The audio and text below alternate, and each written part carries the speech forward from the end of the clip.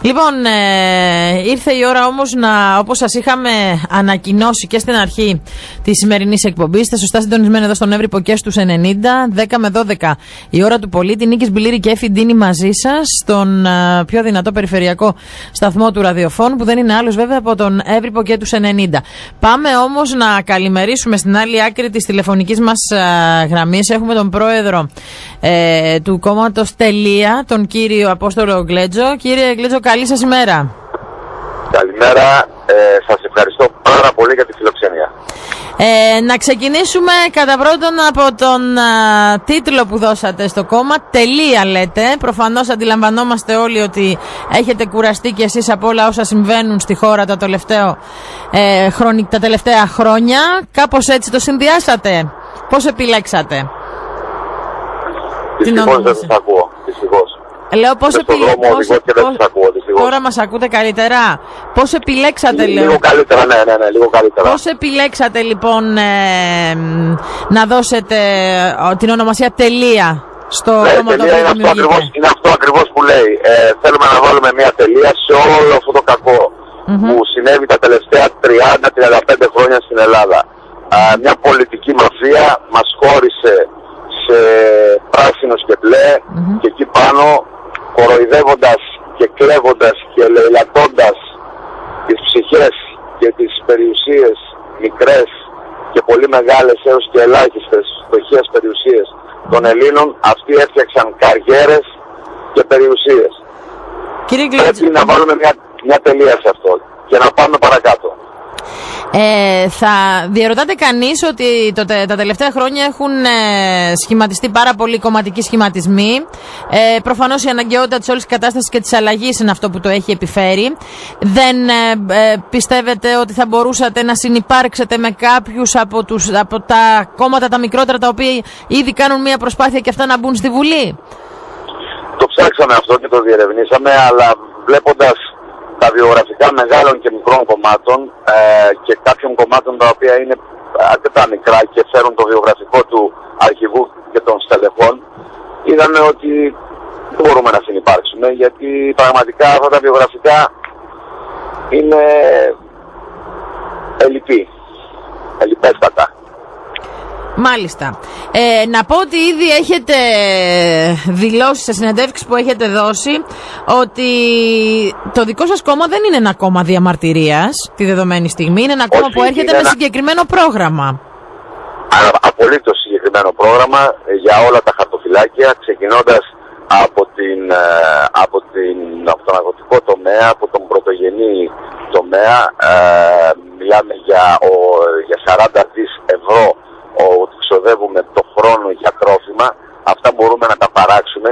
Εμείς έχουμε ένα πρόγραμμα το οποίο το έχουμε καταθέσει εδώ και πολλά χρόνια από υπουργείας του κυρίου Σκανδαλίδη, ο υπεύθυνος του τομέα μας, ο κύριος Γκανής, το έχει καταθέσει με αριθμό πρωτοκόλλου στον κύριο Καστανίδη, που του λέει με ποιο τρόπο μπορούμε να παράξουμε, και μπορούμε να τα παράξουμε, γιατί πριν δώσουν τα χρήματα στους Έλληνες αγρότες για να ξεπατώσουν τα χωράφια τους, για να σφάξουν τα γελάδια τους που δίναν κρέας και γάλα και για να χαλάσουν τα καΐκια τους, το κάναμε αυτό, παραγόταν αυτά τα λεφτά, αυτά τα τρόφιμα. Αλλά μετά κάποιοι για δικό τους πολιτικό όφελος, και όχι μόνο πολιτικό, και για υλικό, για χρηματικό όφελος, φέραν την Ελλάδα εδώ που τη φέραν. Εμείς λοιπόν λέμε ότι αυτά τα 40 δις μπορούν να παράξουμε άμεσα. Σκεφτείτε ότι με αυτό έχουμε ήδη 600 με 700.000. Αποκαταστάθηκε τηλεφωνική επικοινωνία με τον κύριο Γκλέτζο. Να πούμε ότι κάνετε μια αναφορά στα θέματα τα αγροτικά. Έτσι, είστε δήμαρχος Στυλίδας. Ζείτε με τον αγροτικό κόσμο καθημερινά. Είστε σε μια περιφέρεια στη στερεά Ελλάδα, η οποία κάνει και αυτές τις δικές της προσπάθειες για να απορροφήσει όσο γίνεται περισσότερα κονδύλια. Κάτι που δεν ξέρω αν σας βρήκε ευχαριστημένο ή όχι το τελευταίο διάστημα, μάλλον με την προηγούμενη διοίκηση της περιφέρειας. Και σαν δήμαρχο. Θέλετε απάντηση? Ναι. Θέλετε απάντηση? Ας το αποφύγουμε καλύτερα. Δεν θέλετε να απαντήσετε πάνω σε αυτό? Ας το αποφύγουμε. Τώρα δεν μιλάμε για περιφέρειες, μιλάμε για κεντρική εξουσία. Έτσι, από εκεί εξαρτάται. Καλό είναι να μην μιλήσουμε για περιφέρειες. Πάντως η κεντρική εξουσία, σκεφτείτε ότι η απορροφητικότητα του ΕΣΠΑ ήταν γύρω στο 40 με 45%. Τα 60, επειδή το ψάξα πάρα πολύ σαν δήμαρχος και πήγα και μίλησα με ανθρώπους της δημόσιας διοίκησης, με δημόσιους υπαλλήλους, τα 60-65 χάθηκαν γιατί δεν μπόρεσαν να βρουν τρόπους να μιζαριστούν κάποιοι. Να βρουν τρόπους να μιζαριστούν, να πάρουν μίζες. Ναι.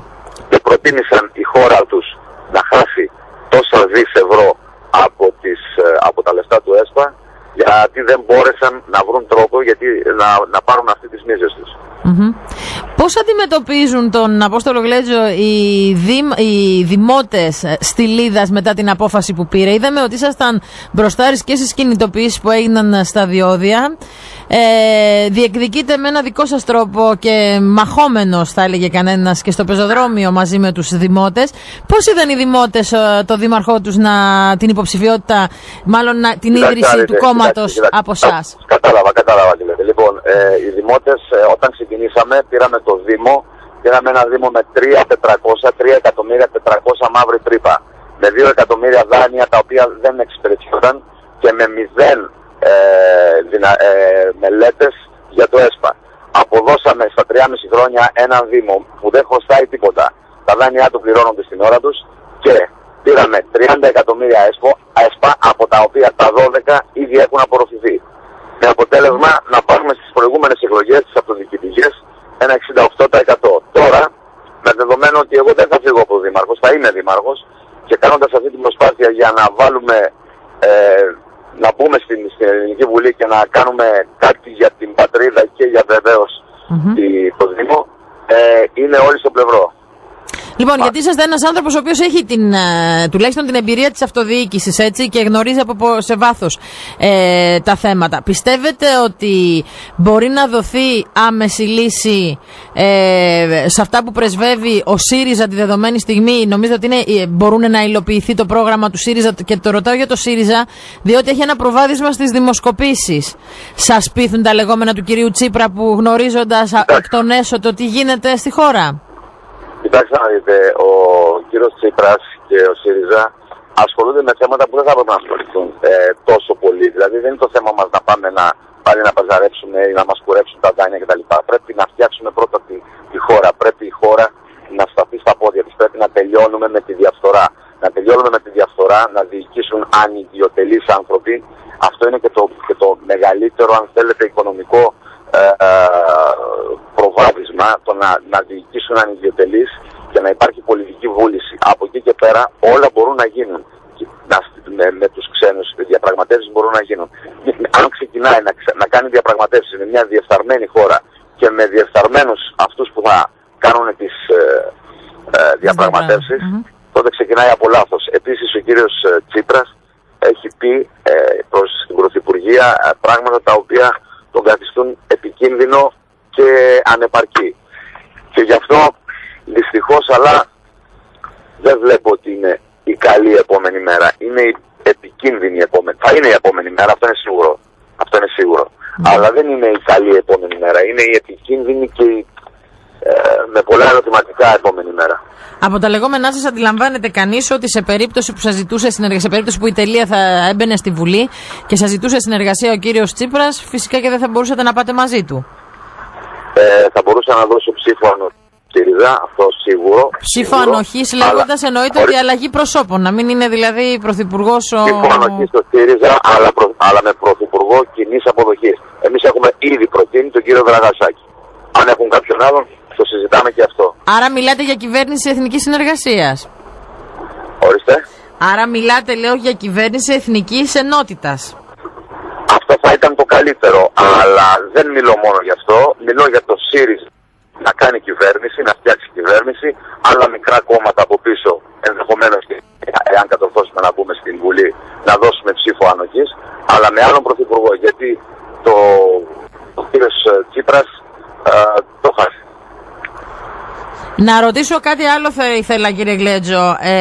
Θα μπορούσατε με ποιους να συνεργαστείτε αν μπείτε στη Βουλή?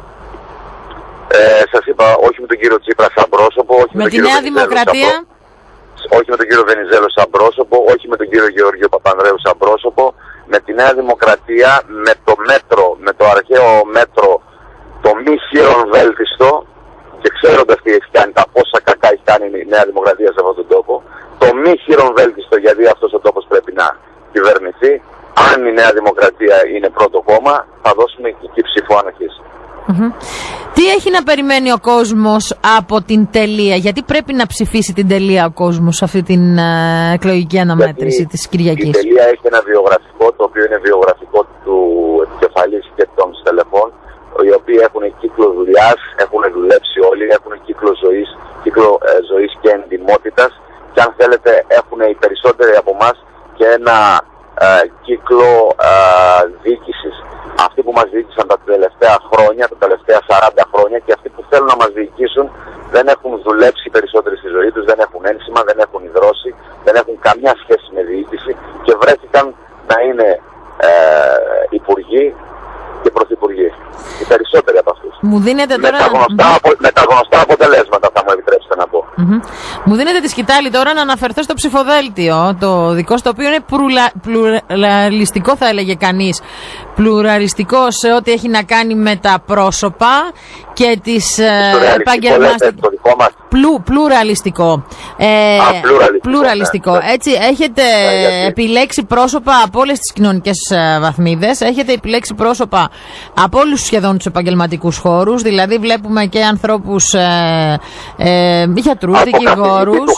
Από καθηγητή του Χάρβαρντ μέχρι λαϊκούς τραγουδιστές. Λοιπόν, έχετε την Κατερίνα Στανίση. Ακριβώς, και είναι η μεγάλη μας τιμή. Και για τον καθηγητή του Χάρβαρντ είναι η μεγάλη μας τιμή. Εξίσου με την κυρία Στανίση. Στην κυρία Στανίση οι πληροφορίες λένε ότι είχατε κάνει πρόταση να είναι στο Επικρατείας, κάτι που δεν το θέλησε η ίδια και θα κατέβει στη γενέτειρα των γονιών της υποψήφια. Ναι. Τα μηνύματα που εισπράξατε κατεβάζοντας ένα μεγάλο όνομα βέβαια του λαϊκού τραγουδιού, ποια είναι, κύριε Γκλέτζο, τι σας λέει ο κόσμος? Είναι άνθρωποι της βιοπάλης, έτσι, και το αντιλαμβανόμαστε όλοι. Γι' αυτό και το είπα λίγο πριν, είπα ότι έχετε ένα πλουραλιστικό ψηφοδέλτιο. Οι περισσότεροι είναι θετικοί. Μάλιστα, εμείς δεν έχουμε λοιπόν παρά να σας ευχηθούμε καλή επιτυχία, κύριε Γκλέτζο. Θα έχουμε την ευκαιρία να τα πούμε και ανήμερα των εκλογών. Θέλω να πιστεύω, θα μας δώσετε τη δυνατότητα. Ευχαριστώ πάρα πολύ. Να επικοινωνήσουμε. Γεια σας. Λοιπόν, όπως αντιλαμβάνεστε, έτσι, στο τρέξιμο ήταν ο υποψήφιος, μάλλον ο πρόεδρος του κόμματος Τελεία, δήμαρχος Τηλίδας, ο κύριος Απόστολος Γκλέτζος.